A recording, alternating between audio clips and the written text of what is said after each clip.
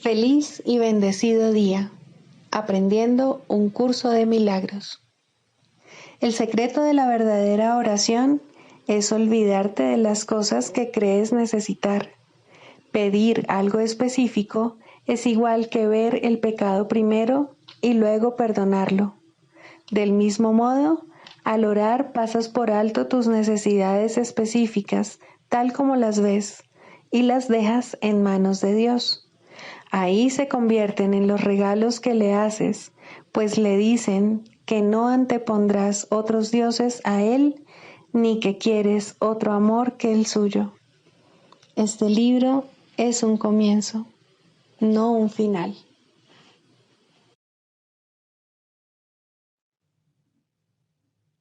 Del prefacio, ¿qué postula? Párrafo 12. El perdón es algo desconocido en el cielo, donde es inconcebible que se pudiese necesitar. En este mundo, no obstante, el perdón es una corrección necesaria para todos los errores que hemos cometido. Perdonar a otros es la única manera en que nosotros mismos podemos ser perdonados, ya que refleja la ley celestial, según la cual dar es lo mismo que recibir. El cielo es el estado natural de todos los hijos de Dios, tal como Él los creó. Esa es su realidad eternamente, la cual no ha cambiado porque nos hayamos olvidado de ella.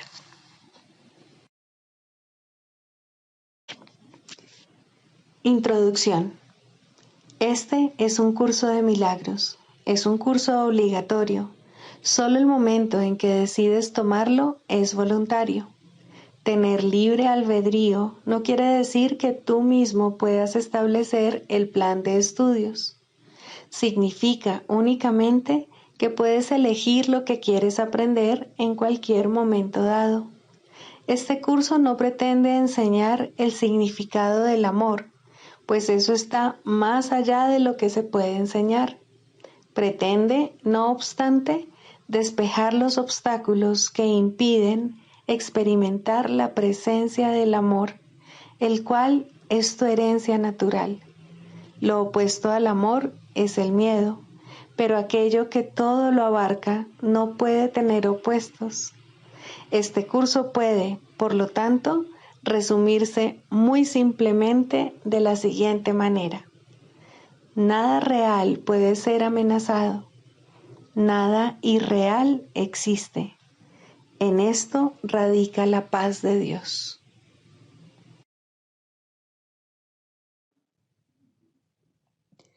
Capítulo 1. El significado de los milagros. Primero, principios de los milagros. Principio 31. Los milagros deben inspirar gratitud, no reverencia. Debes dar gracias a Dios por lo que realmente eres. Los hijos de Dios son santos y los milagros honran su santidad, que ellos pueden ocultar, mas nunca perder.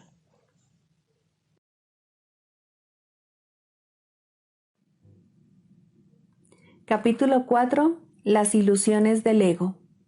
7. Creación y comunicación.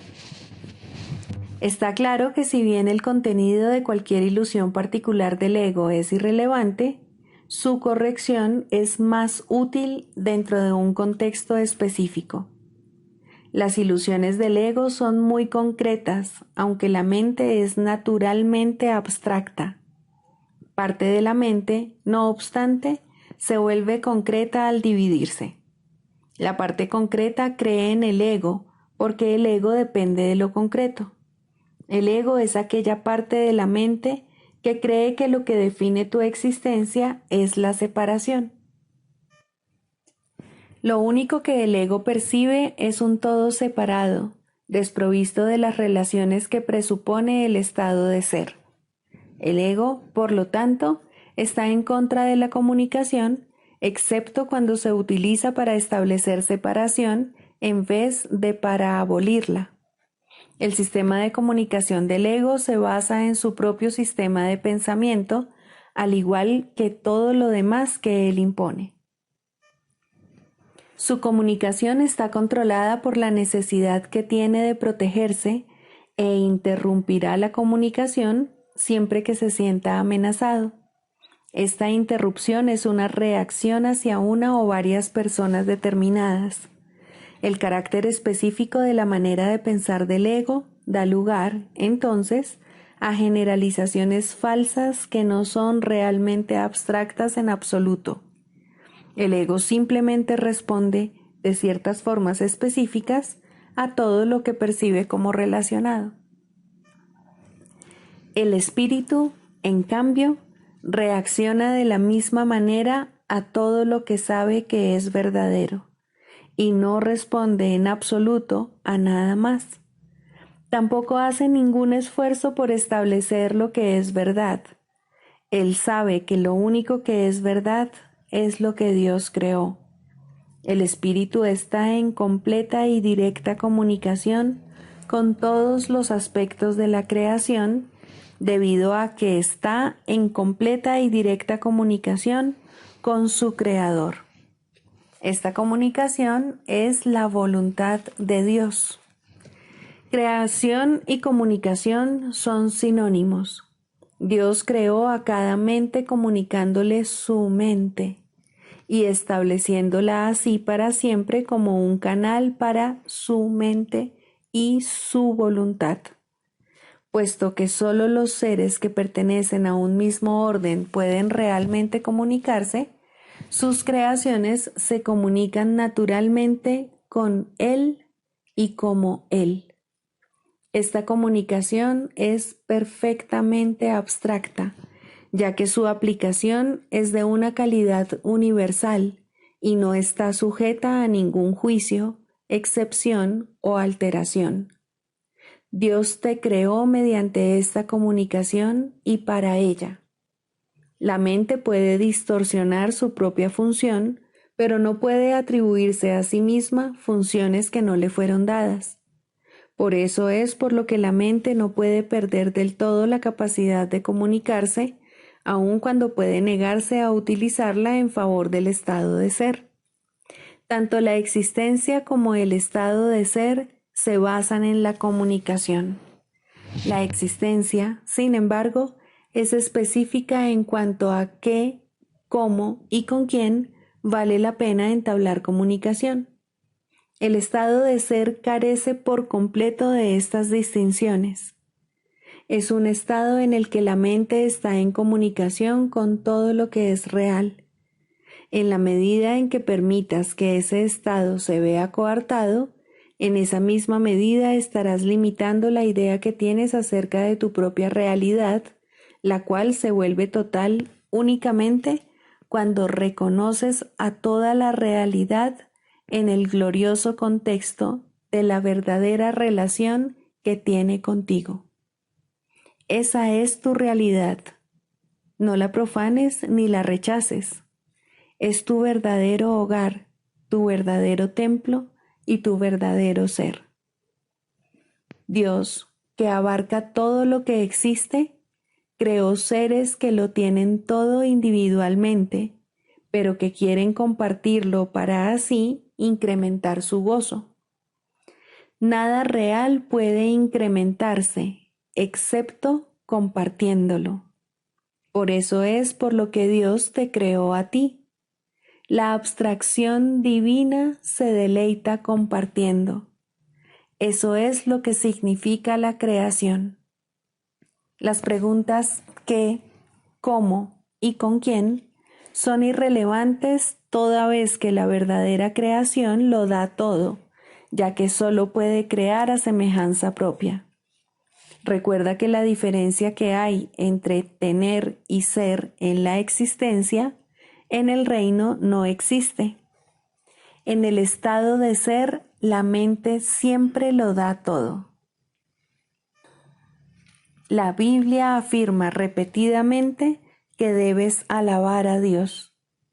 Esto no quiere decir que debas decirle cuán maravilloso es. Dios no tiene un ego con el que aceptar tal alabanza, ni percepción con que juzgarla. pero a menos que desempeñes el papel que te corresponde en la creación, su gozo no será total, porque el tuyo no lo es. Y Él ciertamente sabe esto.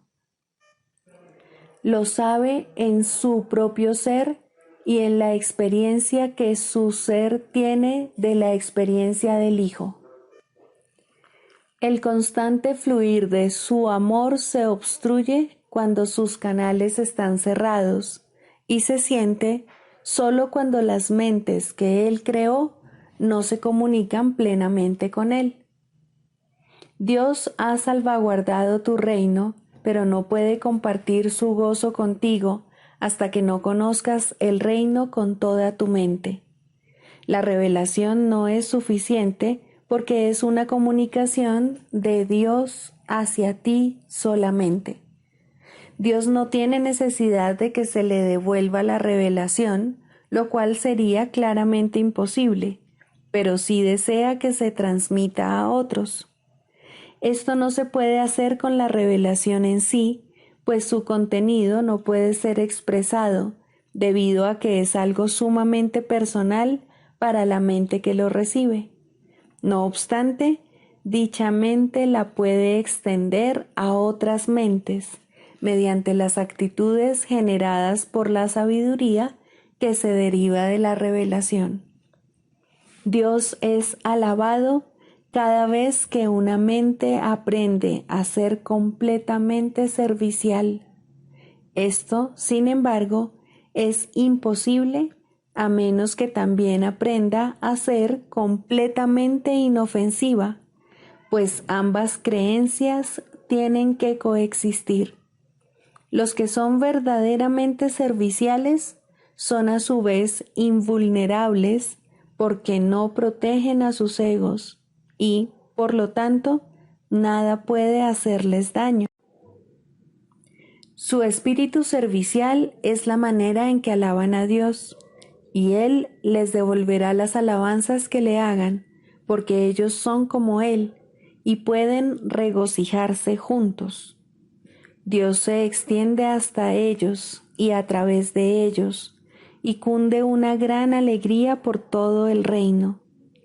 Cada mente que ha sido transformada contribuye a aumentar esta alegría al estar individualmente dispuesta a compartirla. Los verdaderamente serviciales son los obradores de milagros de Dios, a quienes yo dirijo hasta que estemos todos unidos en el júbilo del reino. Yo te dirigiré allí donde puedas ser verdaderamente servicial y a quien pueda seguir mi dirección a través de ti.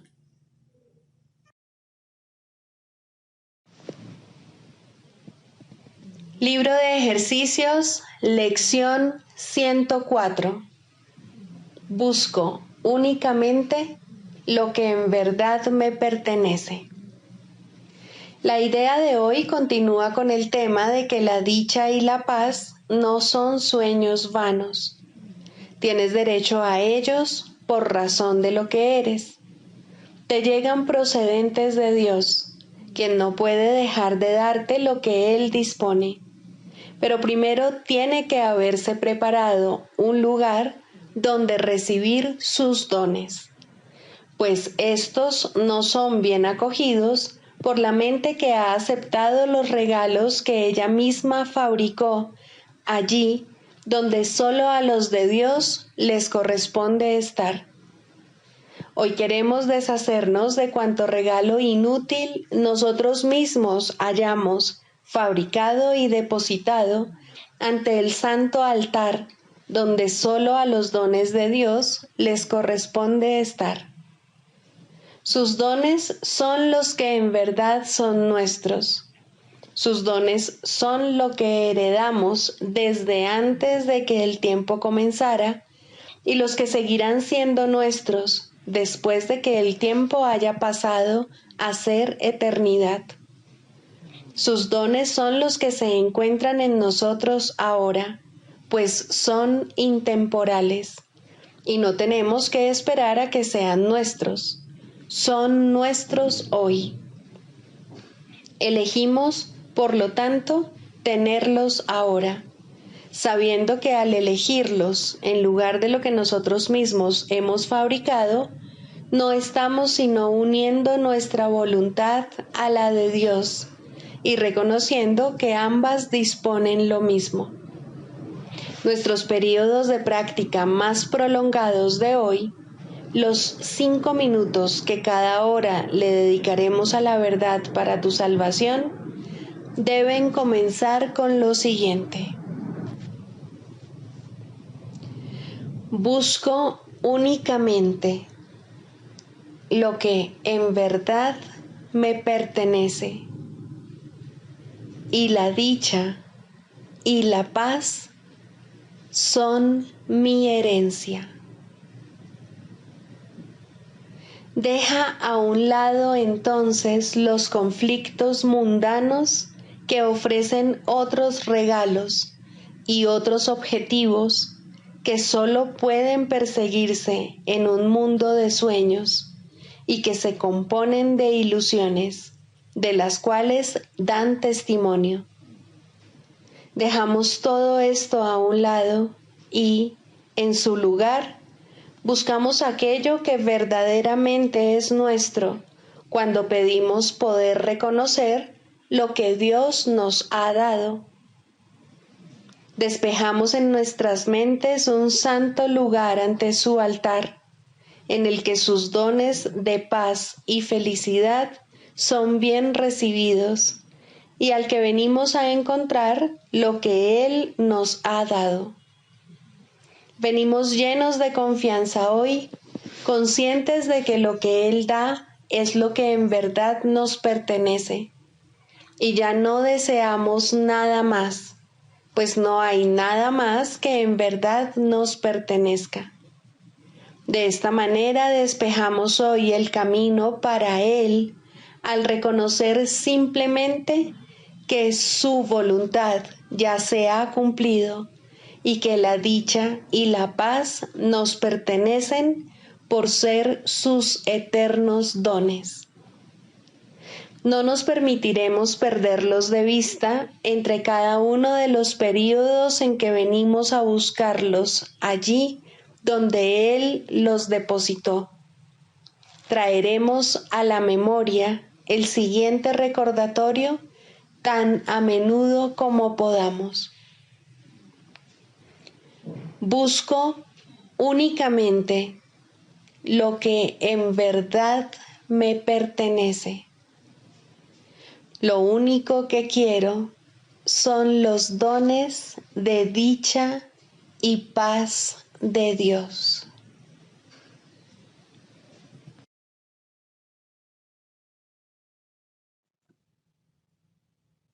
Del Manual para el Maestro, pregunta 4.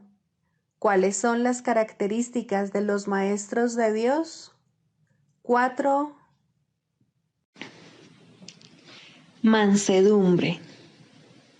Para los maestros de Dios, el daño es algo imposible.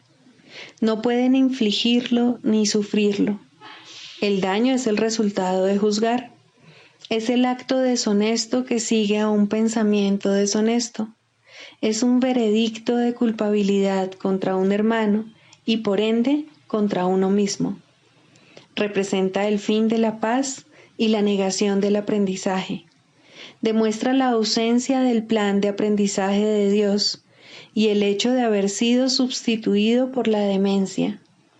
Todo maestro de Dios tiene que aprender, y bastante pronto en su proceso de formación, que hacer daño borra completamente su función de su conciencia. Hacer daño le confundirá y le hará abrigar sospechas y sentir ira y temor. Hará que le resulte imposible aprender las lecciones del Espíritu Santo. Tampoco podrá oír al Maestro de Dios, quien solo puede ser oído por aquellos que se dan cuenta de que hacer daño, de hecho, no lleva a ninguna parte y de que nada provechoso puede proceder de ello. Los maestros de Dios, por lo tanto, son completamente mansos.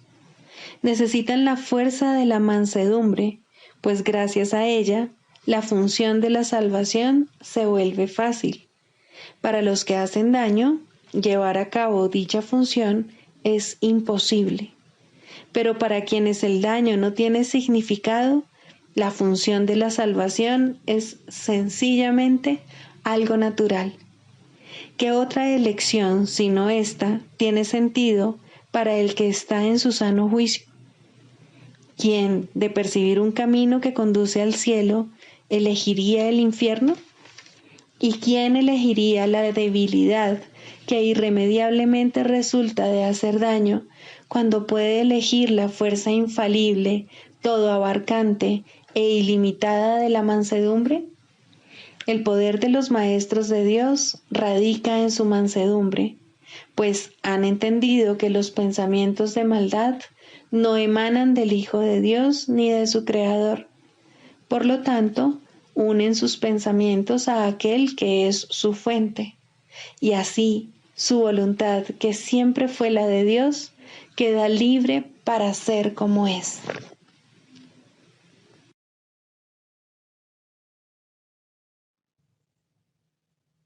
Manual para el Maestro, pregunta 14. ¿Cómo acabará el mundo? ¿Puede realmente tener fin lo que no tiene principio? El mundo acabará en una ilusión, tal como comenzó. Su final, no obstante, será una ilusión de misericordia, la ilusión del perdón completa, sin excluir a nadie, y de una ternura ilimitada. Lo cubrirá ocultando toda maldad, encubriendo todo pecado y acabando con la culpabilidad para siempre. Así acabará el mundo al que la culpabilidad dio lugar, ya que al no tener ningún propósito, desaparecerá. El origen de las ilusiones es la creencia de que tienen un propósito, de que satisfacen alguna necesidad o de que conceden algún deseo. Si se perciben como desprovistas de propósito, dejan de verse. Al reconocerse su inutilidad, desaparecen. ¿De qué otra manera, si no, terminan todas las ilusiones? Se llevaron ante la verdad y la verdad no las vio. Simplemente pasó por alto lo que no tenía sentido. Mientras el perdón no sea completo, el mundo seguirá teniendo un propósito. Es el hogar donde nace el perdón, donde crece y donde se vuelve más fuerte y abarcador. Aquí se le alimenta, pues es aquí donde se le necesita. Es benévolo Salvador, nacido donde el pecado fue concebido y donde la culpabilidad parecía real. Este es su hogar, porque aquí ciertamente se le necesita. Él trae consigo el fin del mundo. Es a su llamada a la que los maestros de Dios responden, dirigiéndose a Él en silencio para recibir su palabra. El mundo acabará cuando también todas las cosas que hay en él hayan sido correctamente juzgadas mediante su juicio. El mundo acabará con la bendición de la santidad sobre él. El mundo desaparecerá cuando ya no quede ni un solo pensamiento de pecado. No será destruido ni atacado y ni siquiera sufrirá el más mínimo rasguño. Simplemente dejará de parecer que existe. Ciertamente parece que esto se encuentra muy, pero muy lejos en el futuro. Cuando ya no quede ni un solo pensamiento de pecado, parece ser un efecto, un objetivo a largo plazo. Pero el tiempo se detiene y sirve al objetivo de los maestros de Dios. En el instante en que cualquiera de ellos acepte la expiación para sí mismo, no quedará ni un solo pensamiento de pecado. Perdonar un solo pecado no es más fácil que perdonarlos todos. La ilusión de que hay grados de dificultad es un obstáculo que el Maestro de Dios tiene que aprender a pasar y dejar atrás. Un pecado que un Maestro de Dios perdone completamente puede consumar la salvación. ¿Puedes comprender esto? No, esto no tiene ningún sentido para los que están aquí. Sin embargo, es la lección final con la que se restaura la unidad. Esto va en contra de la manera de pensar del mundo, pero recuerda que el cielo también va en contra. El mundo acabará cuando su sistema de pensamiento se haya invertido totalmente. Hasta entonces, algunos fragmentos de su totalidad darán todavía la impresión de tener sentido. La lección final, que trae consigo el fin del mundo, no puede ser captada por aquellos que aún no están preparados para abandonar el mundo e ir más allá de su limitado alcance. ¿Cuál es entonces la función del Maestro de Dios con respecto a esta lección final? Simplemente tiene que aprender cómo considerarla y estar dispuesto a encaminarse en esta dirección. Necesita confiar simplemente en que si Dios le dice que esta es una lección que él puede aprender, es porque la puede aprender. No juzga si es difícil o fácil. Su maestro se la señala y él confía en que él le enseñará cómo aprenderla. El mundo acabará con alegría porque es un lugar triste. Cuando la alegría haya llegado, el propósito del mundo habrá terminado. El mundo acabará en paz, porque es un campo de batalla.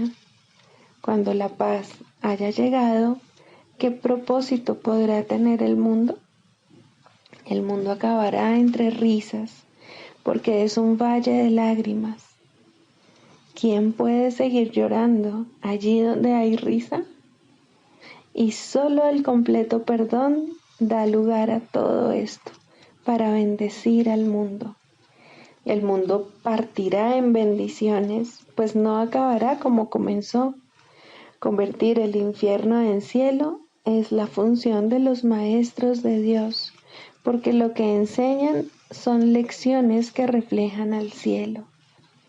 Siéntete ahora por un momento con verdadera humildad y date cuenta de que puedes hacer todo lo que Dios desea que hagas.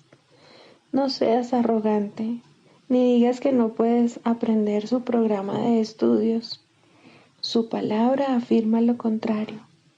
Su voluntad se hará, no puede ser de otra manera, y da gracias de que así sea.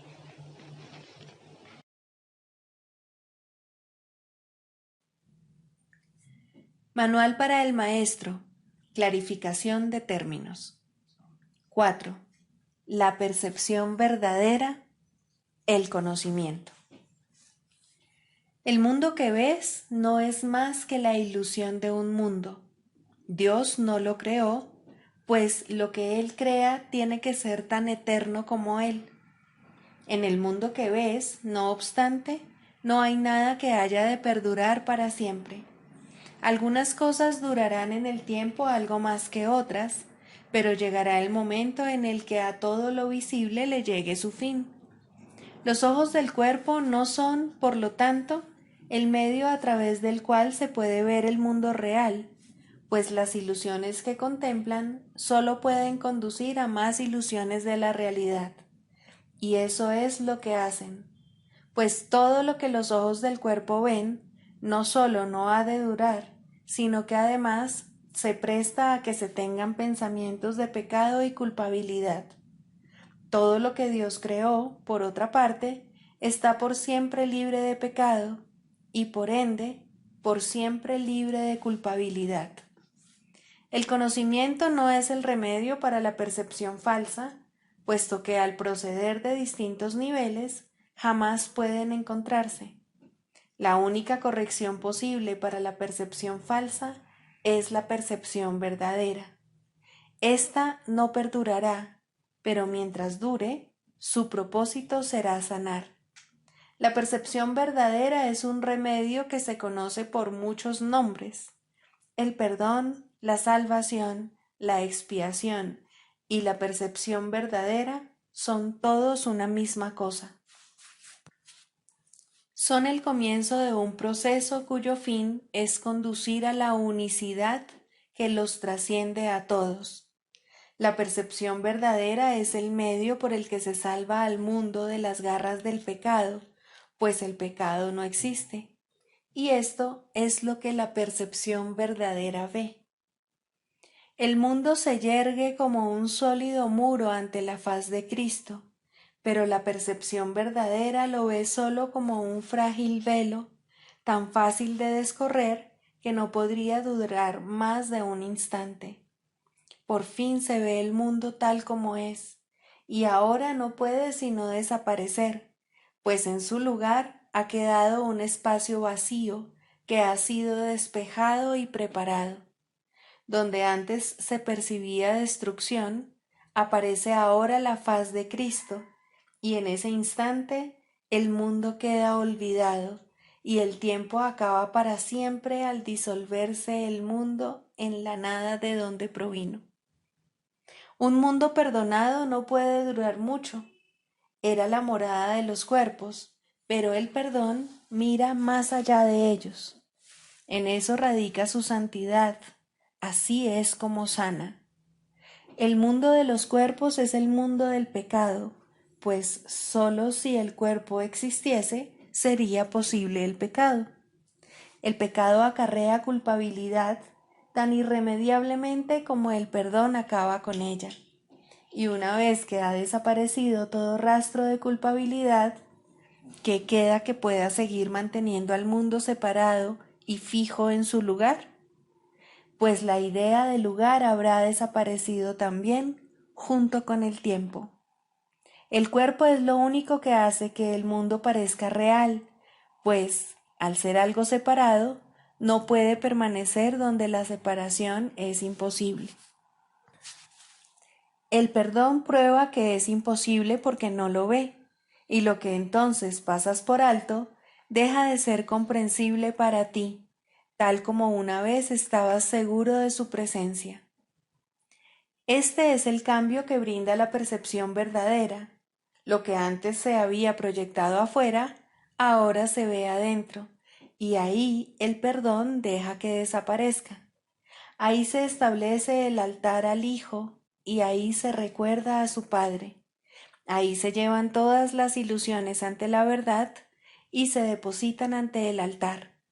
Lo que se ve como que está afuera no puede sino estar más allá del alcance del perdón, pues parece ser por siempre pecaminoso. ¿Qué esperanza puede haber mientras se siga viendo el pecado como algo externo? ¿Qué remedio puede haber para la culpabilidad? Mas, al ver a la culpabilidad y al perdón dentro de tu mente, estos se encuentran juntos por un instante, uno al lado del otro, ante un solo altar. Ahí, por fin, la enfermedad y su único remedio se unen en un destello de luz curativa. Dios ha venido a proclamar lo que es suyo. El perdón se ha consumado. Y ahora el conocimiento de Dios, inmutable, absoluto, puro y completamente comprensible, entra en su reino. Ya no hay percepción, ni falsa ni verdadera. Ya no hay perdón, pues su tarea ha finalizado. Ya no hay cuerpos, pues han desaparecido ante la deslumbrante luz del altar del Hijo de Dios. Dios sabe que ese altar es el suyo, así como el de su Hijo. Y ahí se unen, pues ahí el resplandor de la faz de Cristo ha hecho desaparecer el último instante del tiempo, y ahora la última percepción del mundo no tiene propósito ni causa, pues ahí donde el recuerdo de Dios ha llegado finalmente, no hay jornada, ni creencia en el pecado, ni paredes, ni cuerpos. Y la sombría atracción de la culpabilidad y de la muerte se extingue para siempre. Oh hermanos míos, si tan solo supierais cuánta paz os envolverá y os mantendrá a salvo, puros y amados en la mente de Dios, no haríais más que apresuraros a encontraros con Él en su altar. Santificados sean vuestros nombres y el suyo, pues se unen ahí, en ese santo lugar.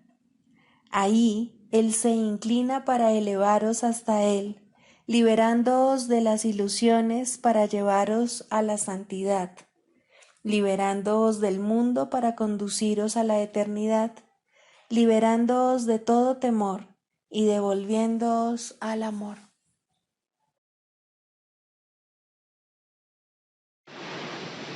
La práctica de la psicoterapia.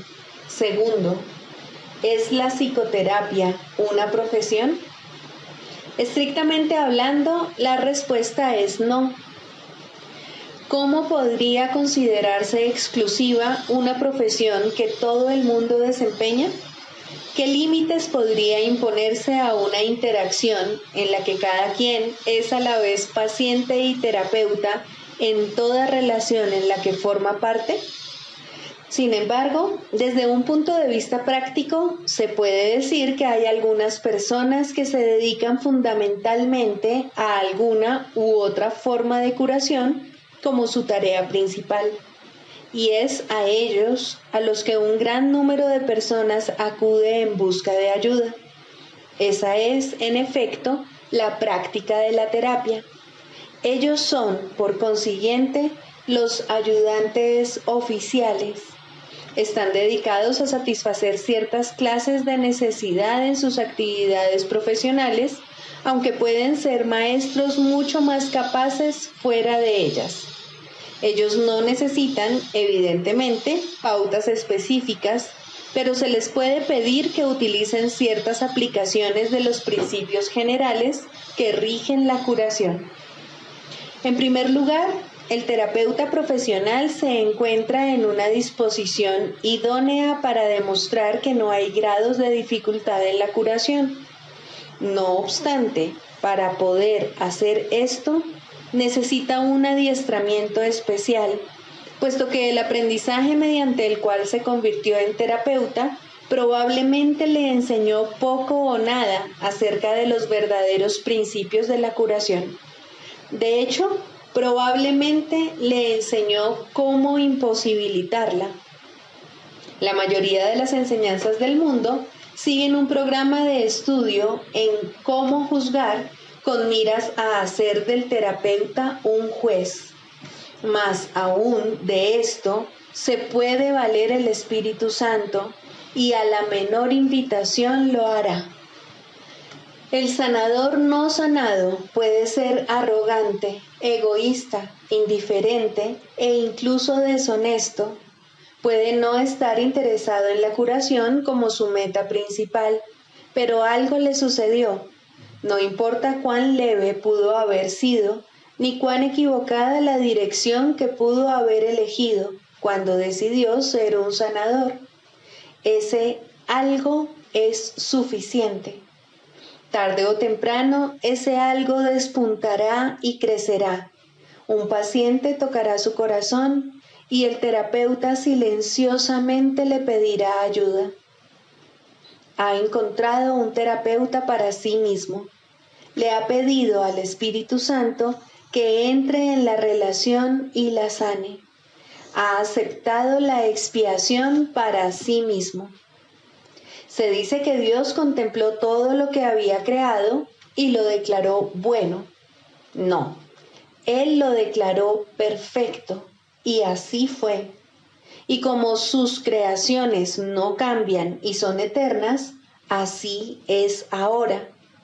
Sin embargo, es imposible que exista un terapeuta perfecto o un perfecto paciente. Ambos han tenido que negar su perfección, pues la misma necesidad que uno tiene por el otro implica un sentimiento de carencia. Una relación de uno a uno no es la relación una. Sin embargo, es el medio de retorno, el camino que Dios eligió para el regreso de su Hijo. En ese extraño sueño debe adentrarse una extraña corrección, pues solo eso es la llamada a despertar. ¿Y qué otra cosa, si no, debe ser la terapia? Despierta y regocíjate, pues todos tus pecados te han sido perdonados. Este es el único mensaje que dos personas deberían darse la una a la otra. Algo bueno debe resultar de todo encuentro entre paciente y terapeuta, y ese algo bueno se salvaguarda para los dos hasta el día en que ambos puedan reconocer que solo eso fue real en su relación. En ese momento, lo bueno se les devuelve, bendecido por el Espíritu Santo, como regalo de parte de su Creador y como muestra de su amor, pues la relación terapéutica debe llegar a ser como la relación entre el Padre y el Hijo. No hay otra, porque no hay nada más. Los terapeutas de este mundo no esperan ese resultado, y muchos de sus pacientes serían incapaces de aceptar su ayuda si ese fuese el caso. No obstante, ningún terapeuta establece realmente el objetivo de las relaciones de las que forma parte. Su comprensión comienza con este reconocimiento y continúa a partir de ahí. En el instante en que el terapeuta se olvida de juzgar al paciente, es cuando tiene lugar la curación. Algunas relaciones jamás llegan a ese punto, aun cuando tanto paciente como terapeuta pueden cambiar sus sueños en el proceso. Sin embargo, no será el mismo sueño para ambos, y por ende, no es el sueño del perdón en el que ambos despertarán algún día. Lo bueno se salvaguarda, de hecho se atesora, pero es poco el tiempo que se ahorra. Los nuevos sueños perderán su atracción temporal y se convertirán en sueños de miedo, que es el contenido de todos los sueños. No obstante, ningún paciente puede aceptar más de lo que está listo para recibir, y ningún terapeuta puede ofrecer más de lo que cree tener. Por lo tanto, hay un lugar para todas las relaciones de este mundo, y aportarán tanto bien como cada una pueda aceptar y utilizar. De todos modos, la curación tiene lugar cuando cesa todo juicio, porque solo entonces se puede entender que no hay grados de dificultad en la curación. Este entendimiento es crucial para el sanador sanado. Ha aprendido que no es más difícil despertar a un hermano de un sueño que de otro. Ningún terapeuta profesional puede mantener este entendimiento todo el tiempo en su mente y ofrecérselo a todo el que acude a él. Hay algunos en este mundo que casi lo han logrado, pero no han aceptado el regalo del todo para poder permanecer aquí y dejar que su comprensión permanezca en la tierra hasta el final de los tiempos. Realmente no se les debe llamar terapeutas profesionales. Son los santos de Dios. Son los salvadores del mundo. Su imagen ha de permanecer porque así lo eligieron. Toman el lugar de otras imágenes y su ayuda llega en forma de tiernos sueños. Una vez que el terapeuta profesional se ha dado cuenta de que las mentes están unidas, puede también reconocer que el concepto de grados de dificultad en la curación no tiene sentido. No obstante, mucho antes de que llegue a este entendimiento con el tiempo, puede encaminarse hacia él, y son muchos los instantes santos que pueden ser suyos a lo largo del camino. Una meta marca el final de una jornada, no el comienzo, y a medida que se alcanza cada meta, otra puede vislumbrarse más adelante. La mayoría de los terapeutas profesionales apenas se encuentran al comienzo de la fase inicial de la primera jornada. Incluso aquellos que han comenzado a comprender lo que deben hacer pueden oponerse a dar el primer paso. Sin embargo, todas las leyes de la curación pueden ser suyas en un solo instante. La jornada no es larga excepto en sueños. El terapeuta profesional posee una ventaja que puede ahorrarle una enorme cantidad de tiempo si la usa adecuadamente. Ha elegido una senda en la que existe una gran tentación a hacer un mal uso de su papel. Si escapa a la tentación de asumir una función que no le ha sido dada, podrá superar muchos obstáculos a la paz con bastante rapidez. Para entender que no hay grado de dificultad en la curación, tiene que reconocer también su igualdad con el paciente. No hay términos medios en esto. O bien son lo mismo o bien no lo son.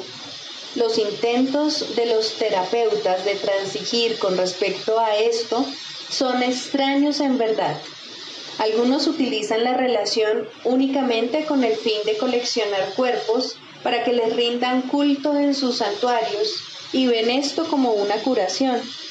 Muchos pacientes también consideran este extraño procedimiento como la salvación. Aún así, en cada encuentro hay uno que dice: hermano mío, elige de nuevo.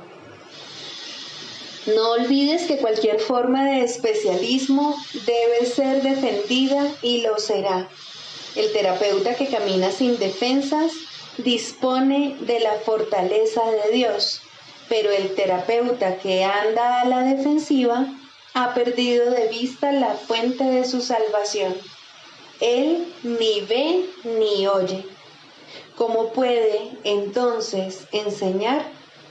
Puede hacerlo porque la voluntad de Dios es que Él ocupe su puesto en el plan para la salvación, porque es la voluntad de Dios que ayude a su paciente a unirse a Él allí, y porque su incapacidad para ver y oír no limita al Espíritu Santo en modo alguno, excepto en el tiempo, pues en el tiempo puede haber un gran intervalo entre el ofrecimiento y la aceptación de la curación. Este es el velo que cubre la faz de Cristo, pero no puede ser sino una ilusión, porque el tiempo no existe y la voluntad de Dios ha sido siempre exactamente como es.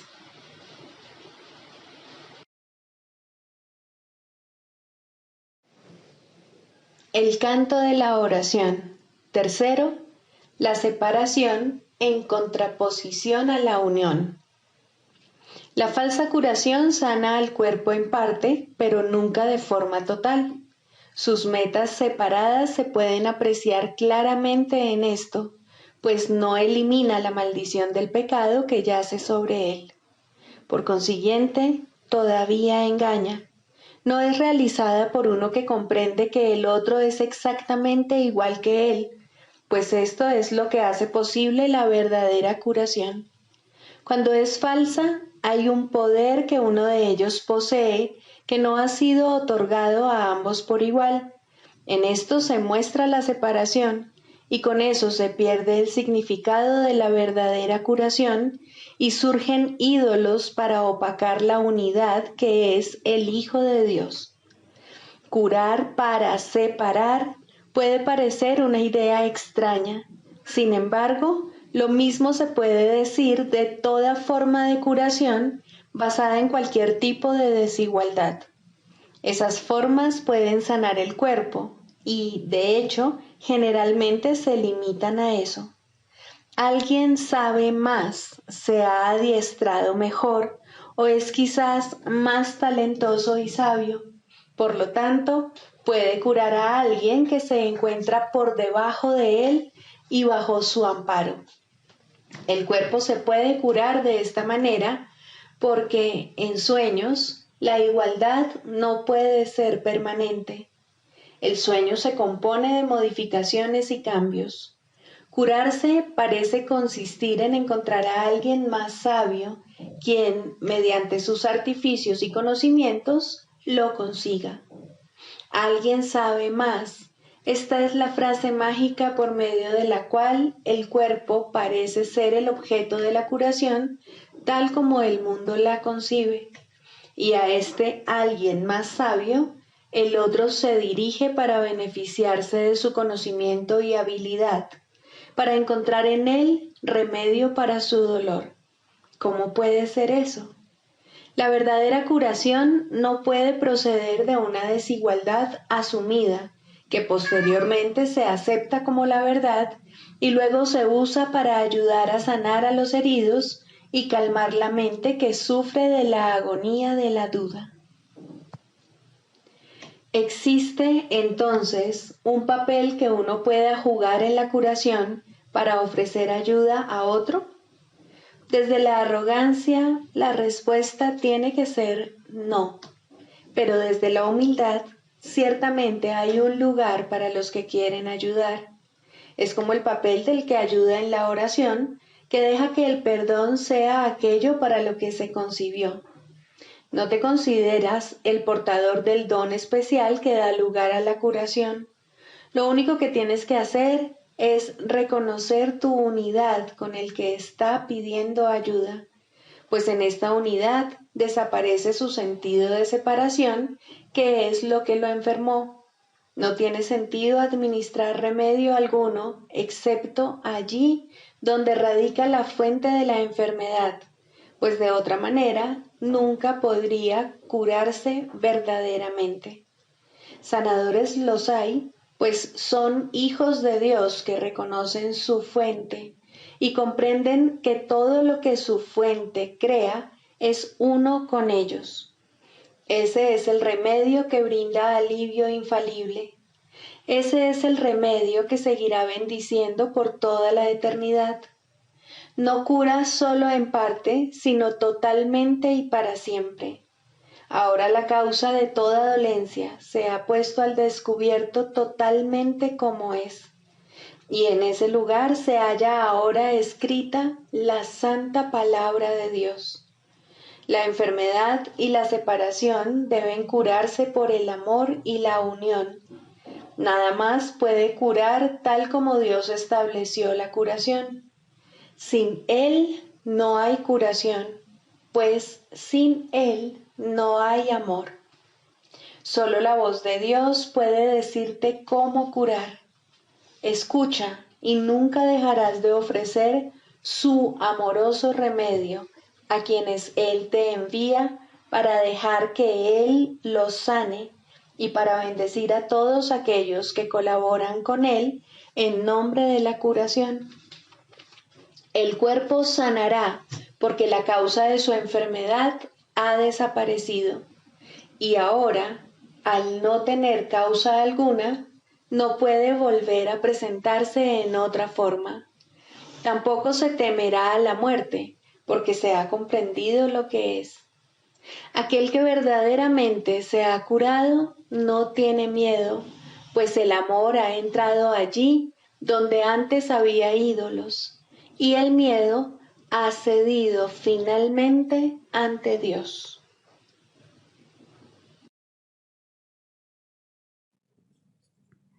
Sigamos a Jesús haciendo del perdón algo tan natural como respirar y algo tan vital como el aire.